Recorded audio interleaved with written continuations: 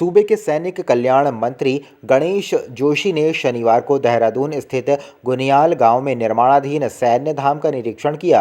सैनिक कल्याण मंत्री ने अधिकारियों को फरवरी 2024 की डेडलाइन के भीतर सैन्य धाम के निर्माण कार्य को किसी भी हाल में पूर्ण करने के निर्देश दिए। हमारी सरकार का ड्रीम प्रोजेक्ट और देश के प्रधानमंत्री नरेंद्र मोदी जी की परिकल्पना है और समय समय पर मैं खुद मौके पर जाकर इसकी मॉनिटरिंग करता हूं।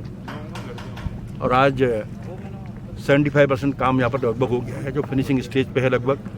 और मैंने अधिकारियों को निश्चित किया है कि सारे काम जो हैं, कोई भी चीज़ छोटी सी छोटी बारीक सी चीज़ जो छोटे जैसे शहीदों के नाम वहाँ पर अंकित होने,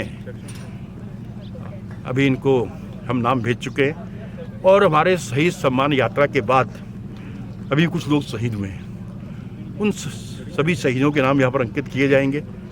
अभी हमारे दोनों मंदिर, बाबा हरभजन सिंह और बाबा जसवंत सिंह के मंदिर तैयार हो गए, उनकी मूर्ति भी शीघ्र आने वाली मुझे बताया गया।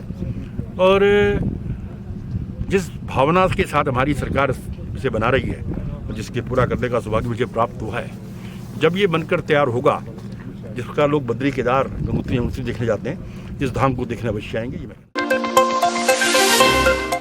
सत्ताधारी दल के नेताओं और विधायकों के समय समय पर वायरल हो रहे वीडियो ने न केवल सत्ताधारी पार्टी के लिए मुश्किलें खड़ी कर दी हैं, बल्कि विपक्ष को भी सरकार पर, बीजेपी पर हमला बोलने का मौका दे दिया है। बात हम पार्टी के छुटभइये नेताओं की नहीं, बल्कि काफ़ी वरिष्ठ नेताओं यानी विधायक और मंत्री की कर रहे हैं। पिछले दिनों कैबिनेट मंत्री प्रेमचंद अग्रवाल द्वारा युवक से मारपीट का वीडियो सामने आया और अब ऐसा ही कुछ बीजेपी के लैंसडाउन विधानसभा से विधायक दिलीप रावत का सामने आया है। मामला बीजेपी समर्थक की गाड़ी का चालान होने का है। इस मामले में लैंसडाउन के बीजेपी विधायक दिलीप रावत काफ़ी नाराज हो गए। उन्होंने परिवहन विभाग के अधिकारी को पहले खरी खोटी सुनाई।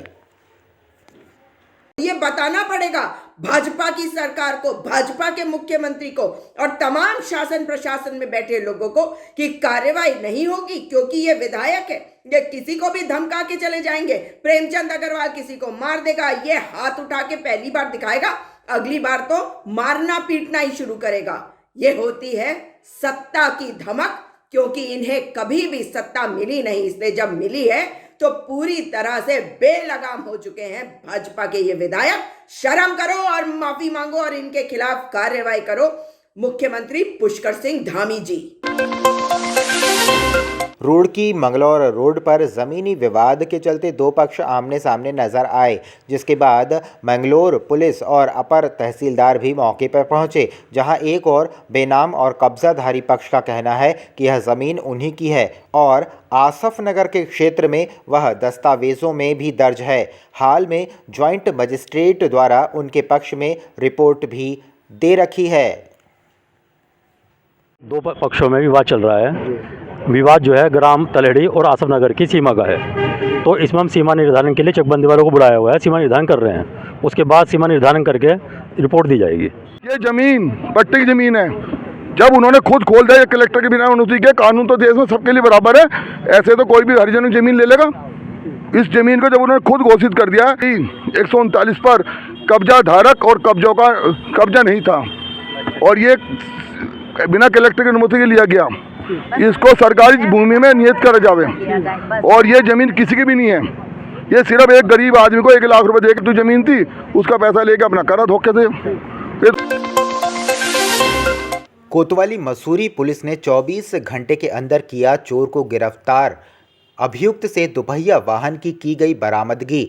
सुरेश गोयल निवासी बाला हिसार मसूरी द्वारा कोतवाली मसूरी पर एक लिखित प्रार्थना पत्र अपनी स्कूटी एक्सेस चोरी होने के संबंध में दाखिल की गई, जिस पर तत्काल अभियोग पंजीकृत किया गया। बद्रीनाथ धाम के कपाट शीतकाल के लिए बंद होने के बाद कड़ाके की ठंड के बावजूद मास्टर प्लान के तहत पुनर्निर्माण कार्य तेजी से जारी है। शासन प्रशासन द्वारा पुनर्निर्माण कार्यों की नियमित मॉनिटरिंग की जा रही है। जिलाधिकारी हिमांशु खुराना ने शनिवार को बद्रीनाथ धाम पहुंचकर मास्टर प्लान के अंतर्गत संचालित पुनर्निर्माण कार्यों का स्थलीय निरीक्षण किया।